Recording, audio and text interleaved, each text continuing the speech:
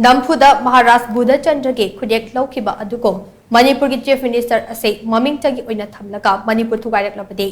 Khamba Ngamdaba Ihou ama Shoidana Lakkani HAINA taragi CHEISU ki Chairman KHAIDEM manina PHONGDORAKLI Singjamai chungam makhada pangthokhiba salai apunba nupi lamjinglok Sanulal gi taraga mapan suba foundation degi thoramda wafam asi phongdokladuna mahakna hai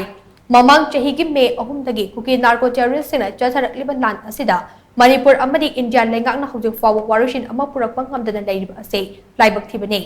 lan asida Manipur gi Chief Minister gi power pumnamak lauthoklaga mamingtagi oina thamduna center na sanariba nila asina adungai MAHARAJ BODHACHANDRA gi matamda Manipur bu namduna loksinkhibagi thaudok ado miyamda nahawnana ningsinghale hojiksu mahairoidagi hauraga miyam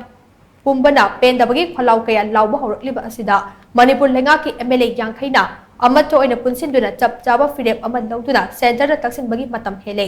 karigumba laukat fam thokpa khongthang sing laukat haudabadagi Manipur Thugairaklabadi tarabadi mamangda amukta ukhijiba maongda Khamba Ngamdaba Ihou ama Shoidana Lakkani HAINA mahangna makha chana phongdokhe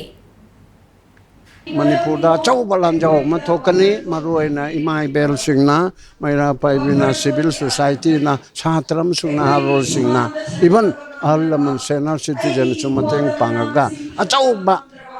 uprising se Khamba Ngamdaba uprising ma oirakane ba adu punamagado oihandanana ba Manipur sarkarna Bharat sarkar da taksin biu Bharat sarkarna tobam thokpe action do lokhat piu loinana adugumba Manipur sarkarna aikoigi representative oriba MLA yankai kuki gina haiba moitara du chattharabanina MLA lemhuri bayangkai sana dola dolina itana pulap Bharat sarkar da ultimatum mapiraga noi nami asumi ge manungda tawrakchar bodi aikoi punamak assembly degi government degi loinamak tok lagani MLA obidigi to gani haidana steps lofam thoe